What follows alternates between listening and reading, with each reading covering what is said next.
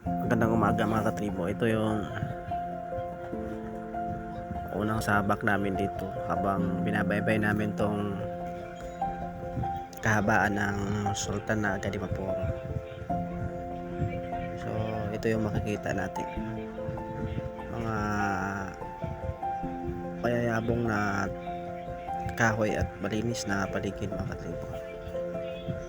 So sa lahat po ng dumadaan dito, shout out po. Peaceful naman po ang lugar na to at may magandang tanawin gaya nito. May recommend ko ito sa lahat ng gustong dumaan dito. Daan kayo dito. Maganda sa panin, malinis ang paligid. Maganda sa kalusugan natin. Sana po hindi na magbago ang lugar natin kasi okay siya